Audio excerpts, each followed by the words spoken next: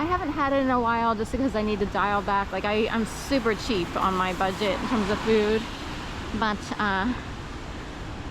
it's comparable. Also, the thing is you can reduce shipping or get almost free shipping because you use a point reward system on Kachava, and that kind of knocks out the shipping price half the time. You get like extra points for tweeting, Facebooking, and every 30 days, like in the past, every 30 days you could renew like your Facebook and Twitter postings. And then on your birthday, you get like a bunch of points, like 3,000 points or some sort of high number.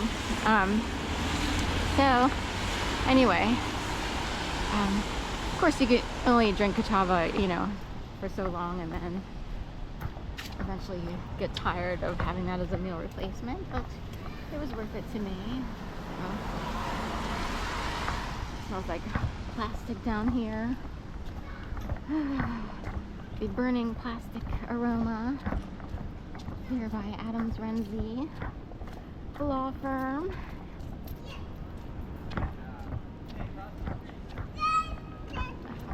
They usually do that for men. Hello, yes. They usually do that for men. Men are always called, you know, conditioned to feel superior. Sorry, I had to say something because something came up about, you know, the way, at least in the old days, men are conditioned to have more freedoms, to know that you're allowed to take control here, you're allowed to do this, you're allowed to do that. We think we're all that in a bag of chips. And this, I'm just generalizing, but it's, you know, it's been studied, like why women have had a hard time being assertive in certain situations or speaking up and so forth and so on. And not being at the top of the pyramid, if you will, in a corporation or whatever the workplace is. There's more trepidation, more inhibition, if you will, and it's because women are conditioned to rely on men, even still today in modern times, and also women are often scared by others in order to stay in place. So the male ego is nothing to mess with, you know, and this is, I'm just generalizing, especially if there are men in certain types of power. You don't want to mess with the ego because they get bent out of shape right quick, and the last thing they want is some woman, some biatch coming in, you know, and proving them wrong or what have you, or being the boss. And so forth and so on. So that's, you know, people have actually studied this because men tend to feel more free, like you're allowed to play around with, there's certain rules that are in place that are kind of silly rules, but it's meant to sort of keep people on track here, there, and it's like you're allowed to, you don't have to be as proper and prim and perfect, and women in certain realms think they have to be that, otherwise they'd be shunned from the community, you know what I mean? But it's in that realm of like regular everyday tasks, you know, jobs.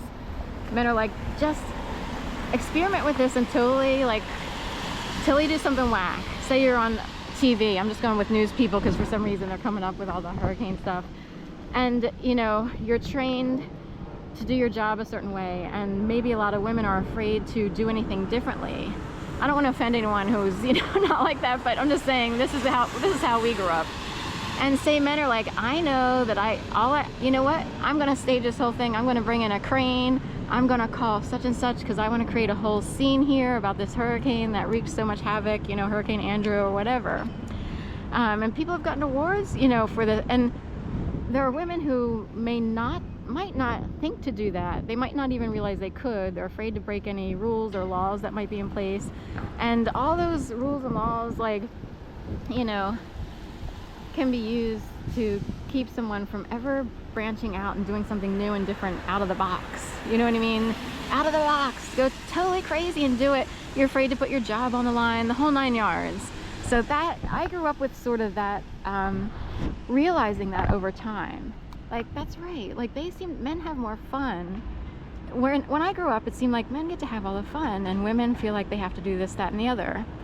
And that's part of it. It's conditioning. Like, we don't want to mess up or get in trouble. And men know that they can sort of push the envelope here and there, and it's not that big a deal. Like, have fun with it. You might be tested to see if you can have fun. and see the difference. But anyway, that's a little thing that came up.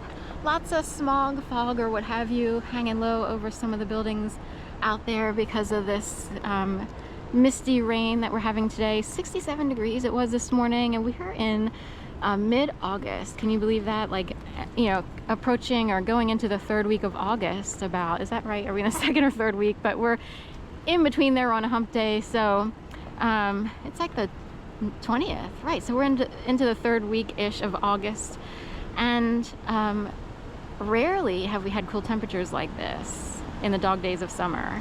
I'm hoping it just kind of sticks out and we don't have any other heat waves.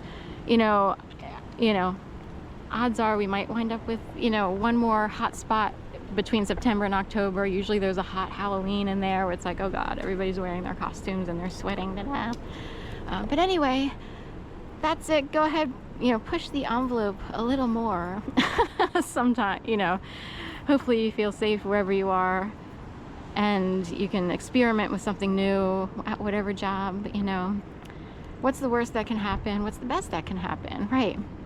So anyway, have a great day, stay dry, and enjoy the cool weather up in these here parts, this area. Okay. All right, thanks.